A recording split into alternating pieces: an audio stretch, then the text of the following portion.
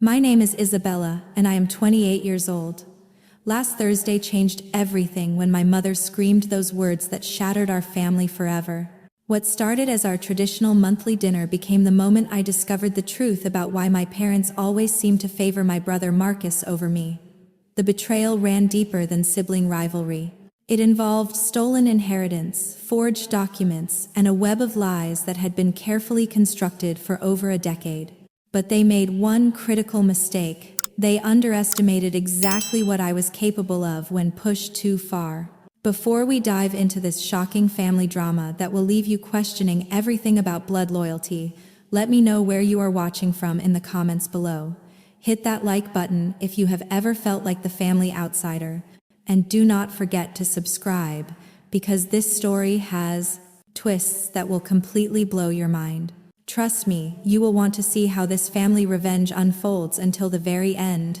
The evening started like every other monthly family dinner at my parents' house in suburban Denver. Mom had prepared her famous pot roast, and Dad was already 3 beers deep, complaining about his back pain from his construction job. Marcus arrived fashionably late as usual with his wife Jennifer and their twin boys. Everyone fawned over him like he was some returning war hero, instead of a 32-year-old man who still borrowed money from our parents every month. I had brought homemade apple pie and flowers for Mom, trying to maintain the peace I had worked so hard to preserve over the years.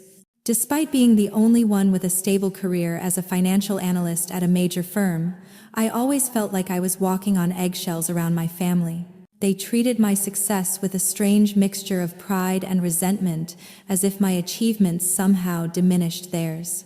The conversation flowed normally until Marcus started talking about his latest business venture, a food truck that he claimed would revolutionize Denver's lunch scene. He needed $15,000 to get started, and naturally he was asking our parents for the money.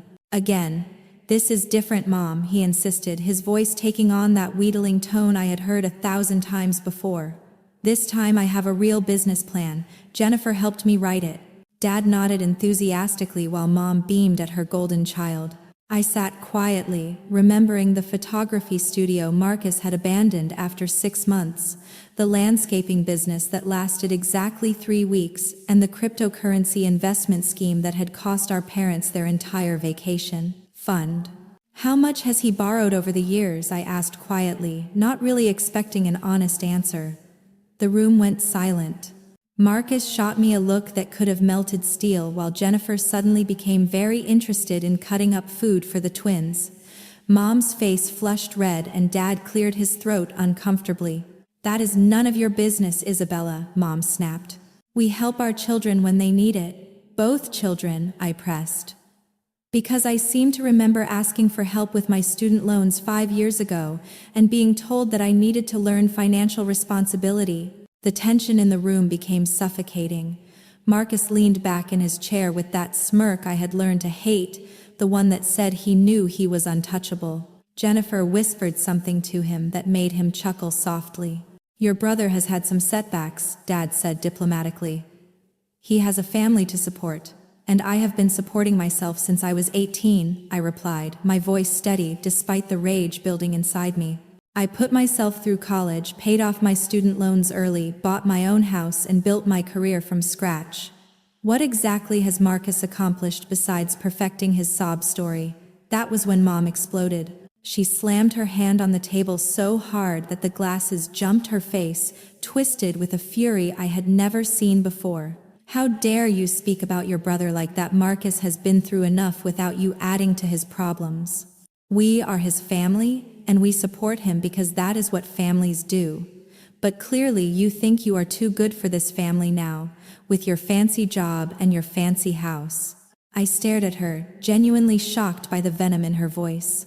In all my years of watching Marcus drain their resources and break their hearts repeatedly, I had never heard her speak with such passion in his defense. "I have never thought I was too good for anything," I said quietly. "I just think there should be some fairness in how you treat your children." "Fairness?" Mom laughed, but there was no humor in it. "You want to talk about fairness? You have had every advantage, every opportunity handed to you. You got the good grades, you got the scholarships, you got the job." Marcus has struggled his whole life, and we are not going to abandon him now just because you are jealous." The accusation hit me like a physical blow. Jealous? I had worked myself nearly to death to prove I was worthy of their love and respect, and she thought I was jealous of Marcus's endless string of failures. "I am not jealous," I said, my voice beginning to shake with anger. "I am tired of watching you enable his irresponsibility while treating me like I am asking for charity when I need the smallest bit of support." "Support?" Dad joined in, his voice rising. "What support have you ever needed? You have always been so independent, so sure you could handle everything on your own. Marcus needs us. He always has." The favoritism I had sensed my entire life was now laid bare, ugly, and undeniable. They were not even trying to hide it anymore. Marcus was their precious child who deserved unconditional support, while I was the strong one who was supposed to figure everything out alone. "This is exactly why I never ask for anything," I said, standing up from the table. "Because even when I do, you make me feel guilty for needing help while you throw money at Marcus every time he snaps his fingers." "Nobody is throwing money at anyone." Jennifer spoke up for the first time, her voice sickeningly sweet.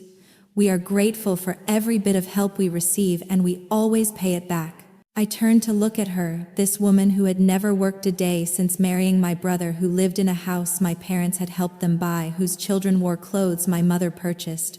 "Really?" I asked. "When exactly did you pay back the down payment for your house, or the money for Marcus's truck, or the thousands you borrowed for the twins' medical bills?" The silence that followed was deafening. I could see the truth written on their faces. There had never been any intention of paying anything back. It had all been gifts disguised as loans to make me feel better about the obvious inequality. That was when my mother delivered the blow that would change everything between us forever. "You know what, Isabella? You are right. We do help Marcus more than we help you. And do you want to know why? Because he appreciates it. He does not throw it back in our faces or keep score like you are doing right now. He does not act like we owe him something just because he exists." She stood up, her whole body trembling with rage, and pointed toward the door. "If you cannot be grateful for the family you have, if all you can do is complain about what you think you deserve, then maybe you should find somewhere else to have dinner. We are not your bank anymore, so get out."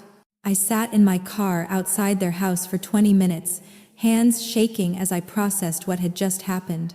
The street was quiet, lined with modest homes where normal families were probably finishing their own dinners without screaming matches or ultimatums.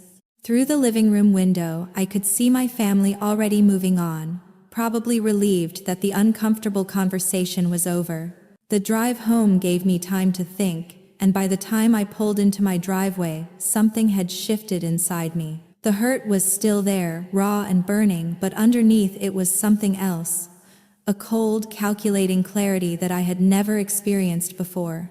For the first time in my life, I was seeing my family dynamics without the filter of desperate hope that things would change. I had spent 28 years trying to earn their love and respect through achievements, good behavior, and emotional maturity. I had been the daughter who never caused problems, who always had her life together, who could be counted on to handle her own issues without drama. And what had it gotten me? A family that took my stability for granted while pouring endless resources into my brother's eternal chaos. The next morning I called in sick to work and spent the day doing something I had never done before, investigating my own family's finances. As a financial analyst, I had access to credit monitoring services and public records that most people never thought to check. What I discovered over the next several hours made my stomach turn. My parents' mortgage had been refinanced 3 times in the past 5 years, each time pulling out equity that mysteriously disappeared into Marcus's various failed ventures. Their retirement accounts had been systematically drained with early withdrawal penalties that would have made any financial advisor weep. Dad's construction company pension, which was supposed to support them in their golden years, had been borrowed against repeatedly. But the discovery that made my blood run cold was the paperwork I found when I drove to their house while they were at work and used my emergency key. Hidden in Dad's desk was a folder labeled Estate Planning that contained documents I was definitely not supposed to see. According to the will dated just 6 months ago, Marcus was inheriting the house, Dad's life insurance policy, and Mom's jewelry collection. I was receiving a token $5,000 and a brief note about how they knew I would be financially secure without their help. The betrayal was complete and documented in legal black and white.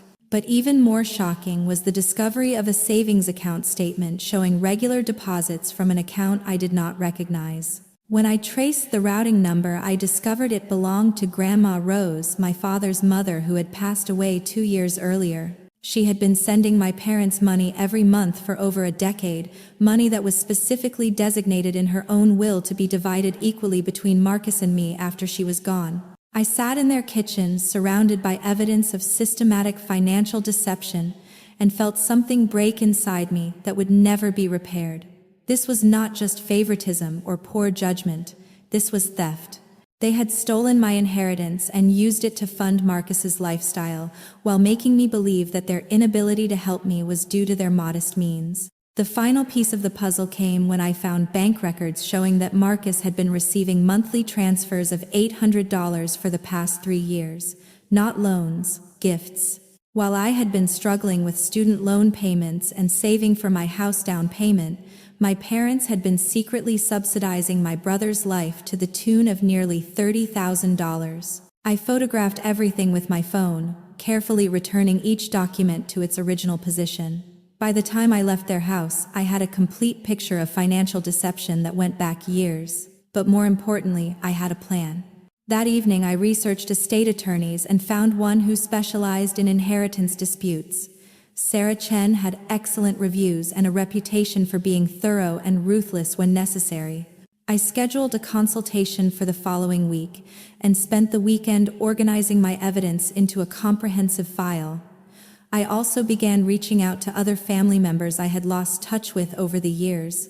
Aunt Patricia, Dad's sister, had always seemed uncomfortable around Marcus, though I had never understood why. Cousin Michael, who had stopped coming to family gatherings 5 years ago after some unspecified falling out with my parents. Uncle David, who had made several cryptic comments about Marcus over the years that I had dismissed as jealousy. What I discovered through these conversations was that I was not the only family member who had noticed the obvious favoritism and financial irregularities. Patricia told me about a conversation she had overheard between my parents about protecting Marcus's future by restructuring their assets. Michael revealed that he had stopped visiting because he could not stand watching my parents bankrupt themselves for Marcus's latest scheme. Most shocking of all was Uncle David's revelation that Grandma Rose had specifically asked him to make sure both grandchildren received their inheritance, equally expressing concern that my parents might be tempted to give Marcus extra help at my expense. She had been right to worry. By Sunday night, I had assembled a coalition of family members who had been silently watching the same dysfunction I had experienced firsthand. More importantly, I had legal documentation of financial mismanagement and inheritance theft that would hold up in court, but I was not ready to play that card yet. First, I wanted to give my parents one chance to come clean and make things right. If they could acknowledge their behavior and take steps to correct the financial imbalance, perhaps we could rebuild our relationship on more honest ground. I crafted a carefully worded email outlining everything I had discovered, attaching copies of the most damning documents, and requesting a family meeting to discuss how we could move forward. I gave them 48 hours to respond before I would be forced to explore other options for protecting my legal rights to Grandma Rose's estate. The response came faster than I had expected, and it was not what I had hoped for. Instead of remorse or acknowledgement, I received a furious phone call from my mother, accusing me of invading their privacy and betraying their trust. She denied that Grandma Rose's money was supposed to be shared, claiming it had always been intended for family emergencies. Apparently, Marcus's constant financial crises qualified, but my legitimate needs did not. Dad was even more direct. He told me that if I was planning to lawyer up over family money, then I was no longer welcome in their home. They had supported Marcus because he needed it, and they would continue to do so regardless of what I thought I deserved. The conversation ended with Mom hanging up on me, but not before delivering one final insult that revealed exactly how they really felt about me. "You have always been jealous of the attention Marcus gets," she said, her voice shaking with anger. "But you cannot buy love with legal documents, Isabella. Some people are just easier to love than others, and you need to accept that." The call ended, and I sat in my living room staring at the phone, finally understanding that there would be no reconciliation or compromise. They had made their choice, and now it was time for me to make mine. The next morning, I walked into Sarah Chen's law office with 3 banker's boxes full of documentation and a determination that surprised even me. The office was modern and professional, with law books lining the walls and diplomas that spoke to Sarah's impressive credentials. She was younger than I had expected, probably in her early 40s, with sharp eyes that missed nothing as I laid out my case. "This is quite extensive," she said, reviewing the bank statements and legal documents I had copied. "How long did it take you to gather all of this?" "About a week," I replied. Once I knew what to look for, it was not difficult to find. My parents were not exactly covering their tracks. Sarah nodded thoughtfully as she examined Grandma Rose's original will alongside the evidence of the monthly transfers to my parents. "The inheritance issue is clear-cut. Your grandmother's will specifically states that her assets were to be divided equally between you and your brother after your parents' deaths, or immediately if they were found to be mismanaging the funds for purposes other than their own care." She pulled out a legal pad and began taking notes. "The monthly transfers to Marcus clearly constitute mismanagement, especially since you received nothing. We can definitely challenge this and demand an accounting of how your grandmother's money has been spent." "What about the will that cuts me out almost entirely?" I asked. "That is more complicated but not impossible to contest, especially given the pattern of financial deception we see here. Courts do not like it when parents systematically favor one child while hiding assets from another. The fact that they refinanced their house multiple times to fund your brother's ventures while excluding you from their estate planning could be seen as financially abusive behavior." I felt a surge of validation, hearing a legal professional confirm what I had suspected. This was not just family drama. It was legitimate financial misconduct that had legal consequences. However, Sarah continued, "Litigation is expensive and emotionally draining. Are you sure you want to pursue this route? Family lawsuits tend to burn bridges permanently." I thought about my mother's final words to me about being easier to love and felt my resolve harden. The bridges are already burned. I am just making sure the fire does not spread to my future. Over the next 2 weeks, Sarah filed preliminary motions requesting an accounting of Grandma Rose's estate funds and demanding that my parents preserve all financial records related to the inheritance. The legal papers were delivered to their house on a Tuesday afternoon, and my phone started ringing within an hour. This time it was Dad, and he was angrier than I had ever heard him. "How could you do this to us, Isabella? We are your parents. You cannot sue your own family over money." "I am not suing over money," I replied calmly. "I am suing because you stole my inheritance and lied to me about it for years. There is a difference. We never stole anything. That money was given to us to help with family expenses and Marcus's family. So am I, Dad. Or at least I thought I was." The conversation spiraled into accusations and threats, with Dad ultimately declaring that if I pursued the lawsuit, I would be dead to them. It hurt more than I had expected, but it also confirmed that I had made the right choice. What I had not anticipated was how quickly word would spread through our extended family network. By the end of the week, I was receiving calls from relatives I had not spoken to in years, and the responses were overwhelmingly supportive. Cousin Michael called first, offering to testify about the financial conversations he had witnessed over the years. "I have been waiting for someone to call them out on this," he said. "What they have been doing to you is wrong, and everyone knows it." Aunt Patricia was even more direct. "Your grandmother would be rolling over in her grave if she knew what they were doing with her money. She specifically told me she was worried about this exact scenario." But the most surprising call came from Uncle David, who revealed information that completely changed the scope of my case. "There is something you need to know about Marcus," he said during our phone conversation. "About 5 years ago, he came to me asking for money for another one of his business ideas. When I said no, he got angry and told me some things about your parents' finances that I probably should have reported then." My stomach clenched with anticipation. What kind of things? He was bragging about how he had convinced your parents to take out a reverse mortgage on their house to fund his ventures. He said they were so worried about his family's future that they would do anything to help him succeed. But the thing is, Isabella, he was laughing about it. He called your parents suckers and said he had no intention of ever paying any of it back because it would all be his inheritance anyway.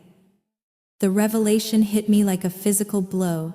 Marcus was not just a passive recipient of my parents' misguided generosity. He was actively manipulating them, playing on their fears and emotions to extract as much money as possible. "There is more," David continued.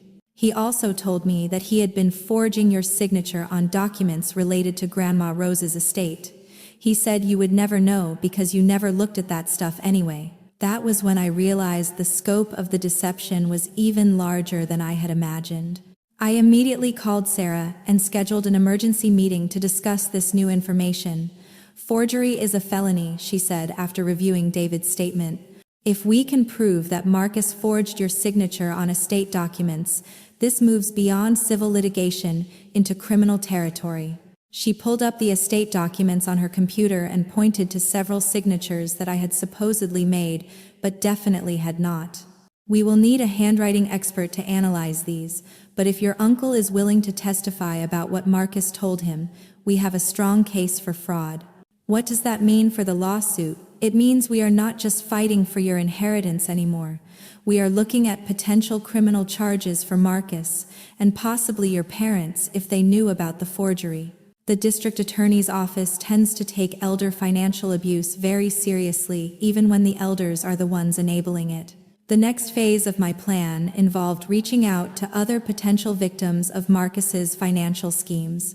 I started with the investors in his failed photography studio and discovered a pattern of behavior that went back years. Marcus had a habit of taking deposits for services he never provided, borrowing equipment he never returned, and leaving business partners holding the bag for debts he had incurred. Jennifer's role in the deception also became clearer as I dug deeper. Far from being an innocent bystander, she had been actively encouraging Marcus's manipulation of our parents, often coaching him on what to say to extract maximum sympathy and financial support. Several family friends told me about conversations where Jennifer had openly discussed strategies for managing my parents' generosity. The most damning evidence came from Marcus's own social media posts, which I had never bothered to follow closely before. Hidden among the typical family photos and motivational quotes were posts that painted a very different picture of their financial situation. Expensive vacations, designer clothes for the twins, new electronics, and restaurant meals that clearly exceeded what someone with no money should be able to afford. When I compared the dates of these luxury purchases with the dates of money transfers from my parents, the correlation was obvious and sickening. My parents were sacrificing their own financial security so that Marcus and Jennifer could maintain a lifestyle they could not afford, all while telling me that money was too tight to help with my legitimate needs. But perhaps the most infuriating discovery was a group text thread between Marcus, Jennifer, and some of their friends that I obtained through discovery motions. The messages revealed years of jokes and complaints about my parents' annoying calls, asking about repayment discussions, about how to avoid family gatherings when money was tight, and detailed strategies for maximizing the amount they could extract before my parents caught on. One message from Jennifer stood out in particular: "Isabella is getting suspicious about the money thing. Marcus needs to start playing up the struggling father angle more, and maybe we should have the twins ask Grandma and Grandpa for stuff directly. She cannot get mad if it is for the kids." Reading those words, I finally understood that this was not just about money or favoritism. This was about a systematic campaign to isolate me from my family while bleeding them dry for every penny they could get. Marcus and Jennifer saw my parents as marks to be manipulated, and they saw me as an obstacle to be removed. The realization filled me with a cold fury that burned away any remaining guilt about pursuing legal action. This was war, and they had fired the first shot years ago. Now it was time for me to return fire. How far would you go to expose family members who betrayed your trust? The next part of this story will show you exactly how deep this rabbit hole goes, and trust me, you are not prepared for what I discovered next. The evidence I found will make you question everything you think you know about family loyalty. The courtroom was smaller than I had imagined, but the tension was suffocating as my family filed in for what would become the most brutal confrontation of our lives. Sarah had prepared me for this moment, but nothing could have readied me for the look of pure hatred on my mother's face as she took her seat across the aisle from me. Marcus arrived with his own attorney, a sleazy-looking man in an ill-fitting suit who kept whispering urgently in his ear. Jennifer sat behind them with the twins, clearly playing the role of the suffering wife and mother whose family was being torn apart by my greed. The irony was not lost on me. "Your Honor," Sarah began, her voice clear and professional, "what we have here is a systematic pattern of financial abuse and fraud that has been perpetrated against my client for over a decade. The evidence will show that the defendant, Marcus Thompson, with the knowledge and assistance of his parents, has stolen approximately $67,000 from an inheritance that was legally designated for both siblings." The number hit the courtroom like a bomb. I had known it was substantial, but hearing the exact amount spoken aloud made even me gasp. $67,000. That was more than my annual salary at my first job out of college. Marcus's attorney stood up immediately. "Objection, Your Honor. Counsel is making inflammatory statements that have not been proven." "I will allow it," Judge Martinez replied. "Continue, Ms. Chen."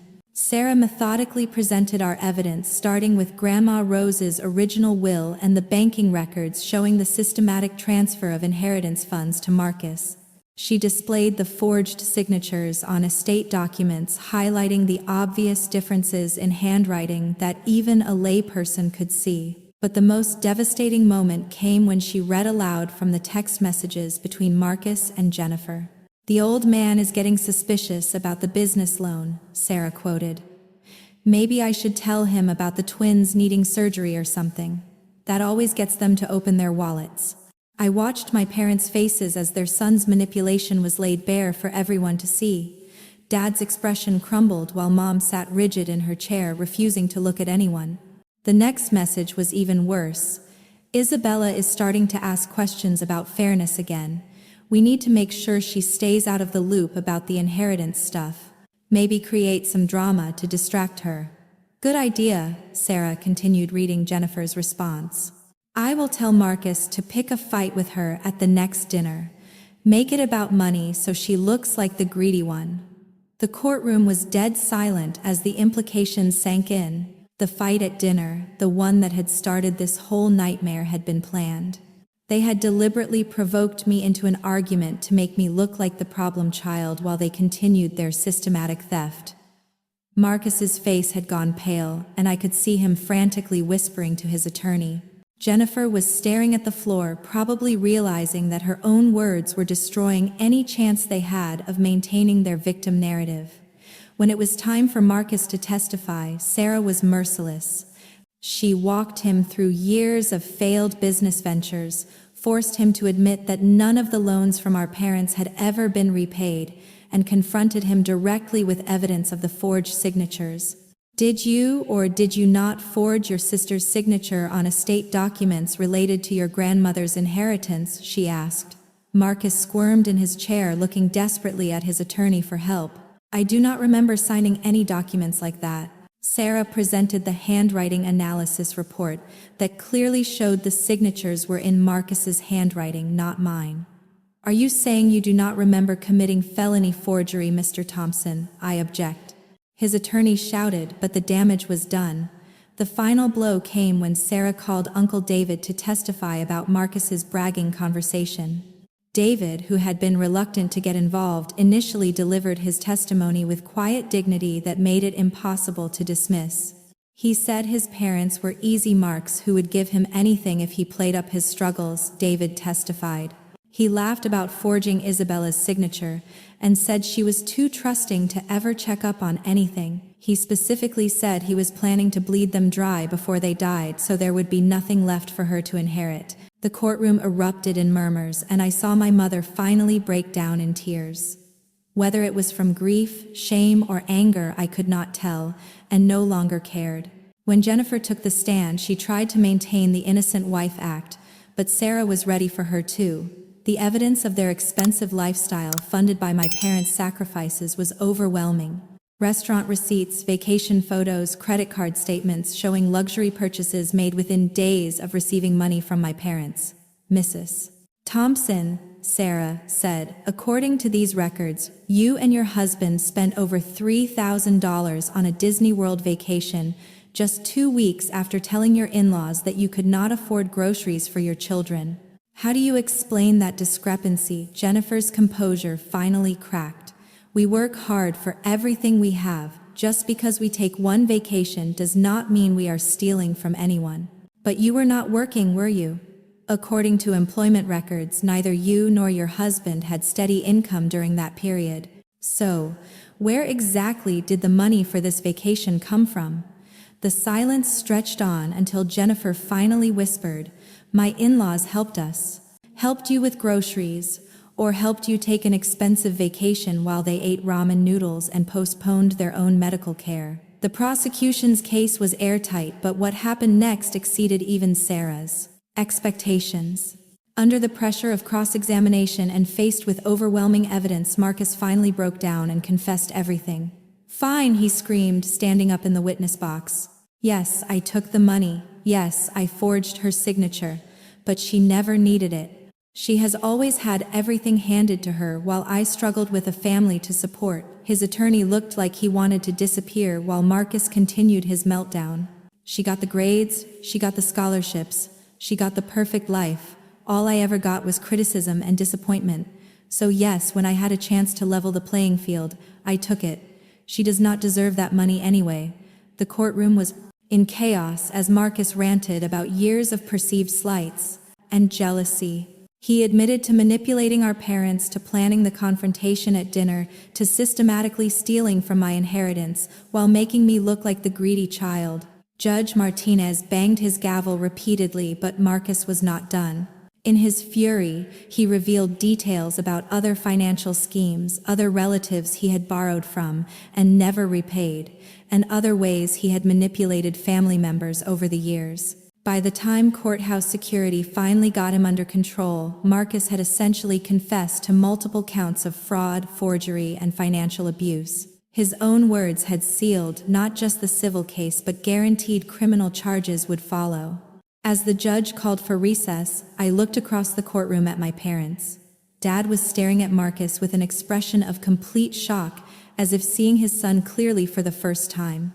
Mom was still crying, but now I could see it was grief for the family that had been built on lies and manipulation. The golden child they had sacrificed everything to protect had just revealed himself to be everything I had tried to warn them about for years. And there was no going back from this moment. The weeks following the courtroom confession were a whirlwind of legal proceedings, family drama, and emotional reckoning that left everyone reeling. Marcus was arrested on multiple felony charges, including forgery, fraud, and elder financial abuse. Jennifer filed for divorce within days, suddenly claiming she had been an innocent victim of his manipulation all along. The criminal case moved swiftly once Marcus's courtroom confession was entered into evidence. His attorney, clearly disgusted with his client's outburst, negotiated a plea deal that included full restitution and a 3-year prison sentence. Marcus would serve time, pay back every penny he had stolen, and lose any claim to Grandma Rose's inheritance or my parents' estate. But the legal victory felt hollow when I saw the complete devastation it had wrought on my family. My parents, aged 10 years in those few weeks, the weight of their son's betrayal crushing them more thoroughly than any outside enemy could have managed. Dad started calling me daily, desperate conversations where he tried to explain their decision-making over the years. We thought we were helping him, he would say, his voice broken with grief. We thought if we could just give him enough support, he would find his way. We never realized he was playing us. Mom took longer to come around. The discovery that her golden child had been systematically manipulating her emotions for financial gain shattered something fundamental in her worldview. She had built her identity around being the mother who never gave up on her struggling son, only to learn that the struggle had been largely fabricated. The first time she called me 3 weeks after the trial, she could barely speak through her tears. "Isabella, I am so sorry," she whispered. "I know those words are not enough, but I need you to know that I never meant for this to happen. I thought I was being a good mother." "You were being a good mother," I replied, surprised by the lack of anger in my voice. "Just to the wrong child." The conversation was painful but necessary. For the first time in my adult life, my mother listened to me without defending Marcus or minimizing my feelings. She heard about years of feeling invisible, of watching her pour love and resources into someone who saw her as a mark to be exploited. "I called you jealous," she said, her voice thick with shame. "But you were the one trying to protect us. You saw what we refused to see." The financial damage to my parents was catastrophic. The reverse mortgages, refinancing, and drained retirement accounts left them in a precarious position that would take years to recover from, if recovery was even possible. At 62 and 65, they were facing the prospect of working until they died to make up for the money Marcus had cost them. That was when I made a decision that surprised everyone, including myself. I used the inheritance money that was finally returned to me, plus a significant portion of my own savings, to pay off their mortgage and restore their retirement accounts. Not because I felt obligated, and not to buy their love, but because it was the right thing to do. They had been victims too, even if their victimization had come at my expense. "You do not have to do this," Dad said when I presented them with the paperwork. "We know we do not deserve it after what we put you through." "It is not about deserving," I replied. "It is about choosing to break the cycle of keeping score that has poisoned this family for so long." The gesture helped, but it could not erase the years of damage or instantly rebuild trust that had been systematically eroded.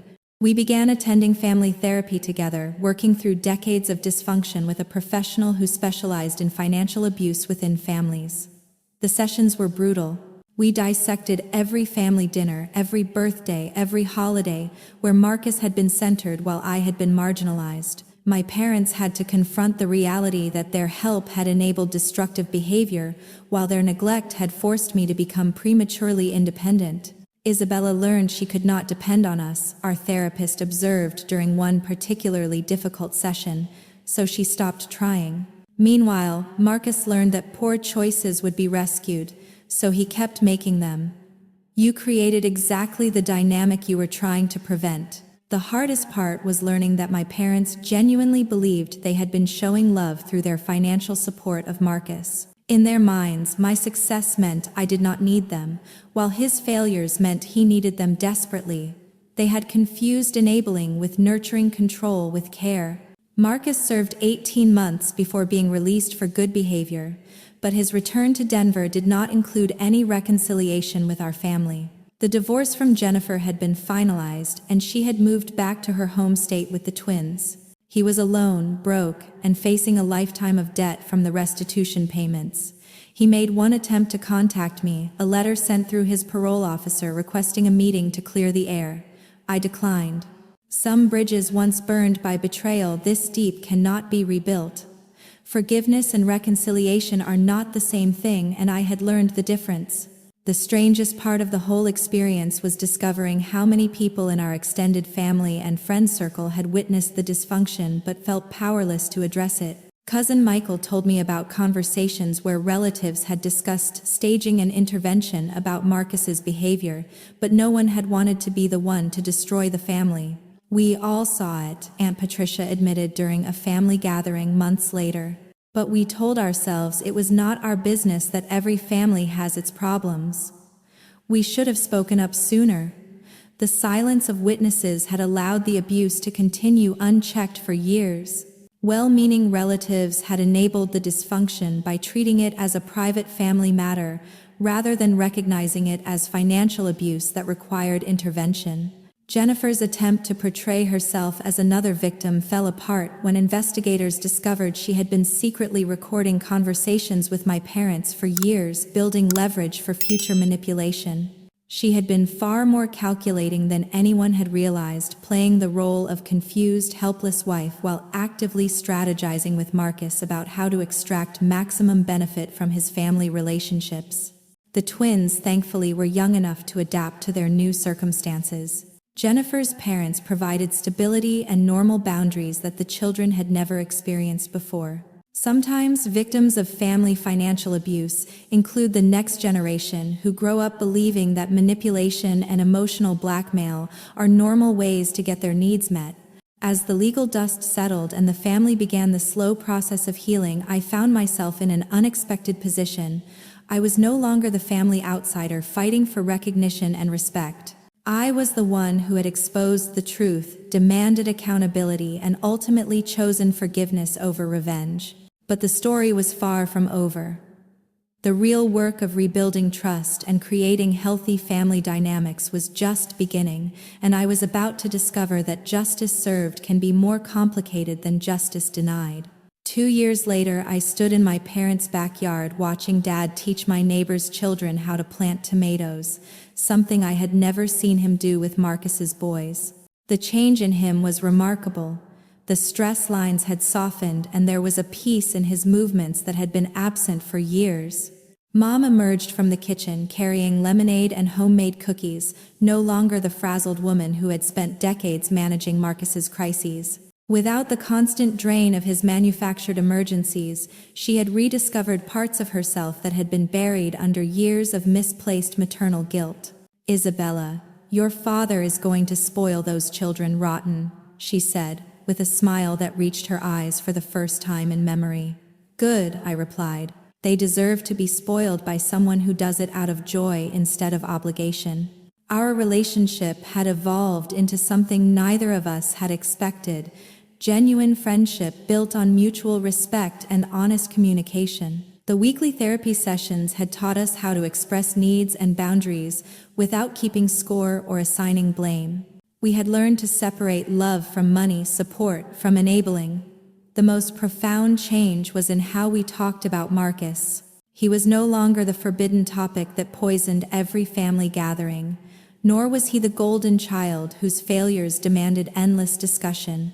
He had become what he should have been all along, just another family member who had made choices and faced consequences. Marcus had violated his parole twice, first for attempting to start another fraudulent business scheme, then for harassing Jennifer's parents for money. He was currently serving the remainder of his sentence, plus additional time for the violations. Our parents grieved for him, but they no longer blamed themselves for his choices or felt responsible for fixing his problems. "We loved him the way we thought was best," Mom had said during one of our therapy sessions, "but we loved him in ways that hurt him and hurt you." Real love sometimes means letting people face the consequences of their actions. The financial counseling Dad had started attending taught him about the difference between helping and enabling. He had learned to recognize manipulation tactics and set healthy boundaries around money. When Marcus's ex-friend approached him asking for a loan to start a landscaping business, Dad was able to say no without guilt. "The old me would have written that check and convinced myself I was being generous," he told me later. "But generosity without wisdom is just foolishness wearing a disguise." Jennifer had eventually reached out not to apologize but to blame me for destroying her children's family. The conversation was brief and unproductive, ending with her threat to sue me for damages related to Marcus's incarceration. Her attorney quickly explained why that would be impossible, and I never heard from her again. The twins were reportedly thriving with their maternal grandparents, who had enrolled them in therapy to address the emotional confusion of their early years. Children who grow up in families where manipulation is normalized often struggle with trust and boundaries, but early intervention was helping them develop healthier patterns. Uncle David became an unexpected ally and friend, bonding with my parents over their shared experience of being targeted by Marcus's manipulation. He helped Dad understand that being fooled by a skilled manipulator was not a character flaw but a natural consequence of loving someone who exploited that love. The extended family dynamics shifted dramatically once Marcus's behavior was exposed. Relatives who had made excuses for his conduct or avoided family gatherings because of the tension began engaging with us again. Holiday gatherings became actually enjoyable instead of stress-filled performances where everyone pretended not to notice the obvious problems. Cousin Michael and I grew closer, bonding over our shared experience of watching family dysfunction from the outside. He had struggled with his own guilt about not speaking up sooner, learning that silence in the face of abuse can be a form of enabling. I kept telling myself it was not my place, he admitted. But watching someone you care about get hurt while you say nothing is its own kind of betrayal. The most unexpected development was the friendship I formed with Sarah Chen, my attorney. Our professional relationship evolved into a personal one, based on mutual respect and shared values. She had handled hundreds of family financial abuse cases and helped me understand that our situation, while painful, was far from unique. Family financial abuse is epidemic, she explained over coffee one afternoon. But most victims never seek help because they feel ashamed or believe that family loyalty means accepting any behavior.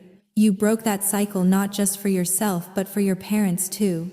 Through Sarah's nonprofit work, I began volunteering with other families dealing with similar situations. The patterns were depressingly consistent.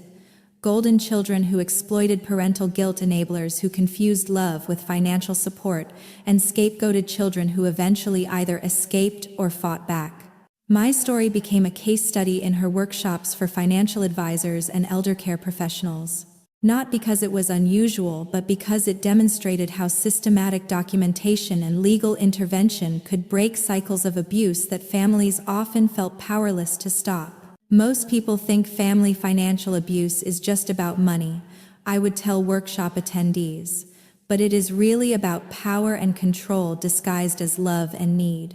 The money is just the weapon.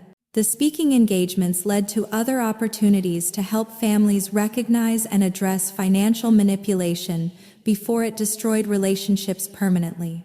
I learned that my experience with Marcus was textbook manipulation. The manufactured crises, the emotional blackmail, the strategic use of children as leverage. But perhaps the most meaningful development was the family I chose to build around myself. My neighbor's children, the ones Dad was teaching to garden, had become like nieces and nephews to me. Their parents, a young couple struggling with student loans and childcare costs, became the recipients of the generosity my parents had misdirected for so many years.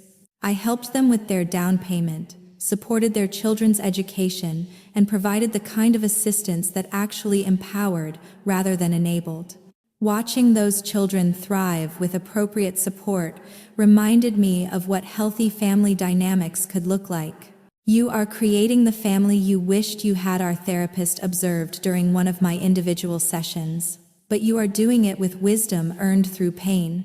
The legal victory had been important for establishing truth and stopping the abuse, but the real victory was in rebuilding relationships based on honesty instead of guilt, respect instead of obligation, and boundaries instead of unlimited tolerance for bad behavior.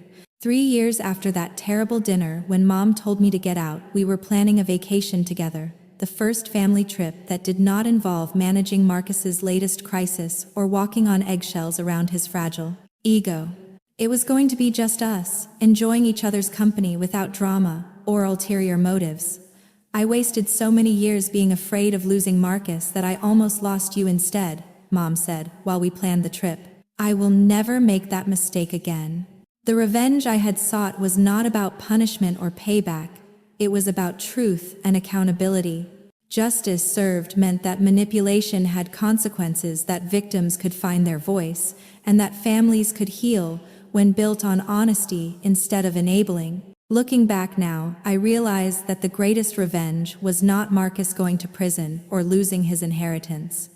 It was building a life so authentic and fulfilling that his opinion of me became completely irrelevant.